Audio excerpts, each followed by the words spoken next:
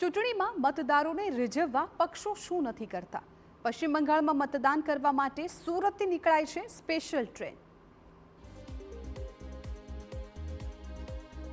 પશ્ચિમ બંગાળ વિધાનસભાની ચૂંટણીના જંગમાં મમતા બેનર્જીને હરાવવા માટે ભારતીય જનતા પાર્ટીએ માત્ર બંગાળમાં જ નહીં પરંતુ હજારો કિલોમીટર દૂર ગુજરાતથી પણ મજબૂત વ્યૂહરચના કરી છે. સુરતમાં વસતા લાખો બંગાળી કારીગરો ભાજપના પક્ષમાં મતદાન કરે તે માટે સુરત ભાજપ કાર્યાલય અને સુરત બંગાળી સમાજે ખાસ આયોજન કર્યું. શ્રમિકો માટે વોટર્સ સ્પેશિયલ ટ્રેન રવાના કરાઈ. પહેલી ટ્રેનમાં 1300 શ્રમિકોનો ભાજપ તરફી મતદાન માટે પશ્ચિમ બંગાળ મોકલાયા.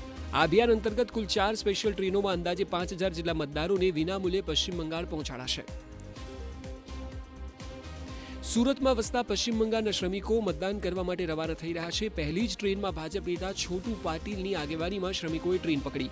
આ મુસાફરોના હાથમાં તિરંગા હતા અને આખું સ્ટેશન વંદે માતરમ તથા જય શ્રી રામના ગગનભેદી નારાઓથી ગુંજી ઉઠ્યું. હવે બીજી ટ્રેન 24 એપ્રિલના રોજ સુરતથી ઉપડશે. આ તમામ ટ્રેનો સીધી કોલકાતા જશે, જેથી મતદારોને મુસાફરીમાં કોઈ તકલીફ ન પડે. આ ટ્રેન સુવિધા એકદમ ફ્રી ઓફ કોસ્ટ રાખવામાં આવી છે. મહત્વનું છે કે સુરતમાં અંદાજે 2.5 લાખથી વધુ બંગાળી લોકો વસે છે, જેઓ મુખ્યત્વે ડાયમંડ, જ્વેલરી અને ટેક્સટાઇલ માર્કેટમાં કામગીરીનું કામ કરે છે.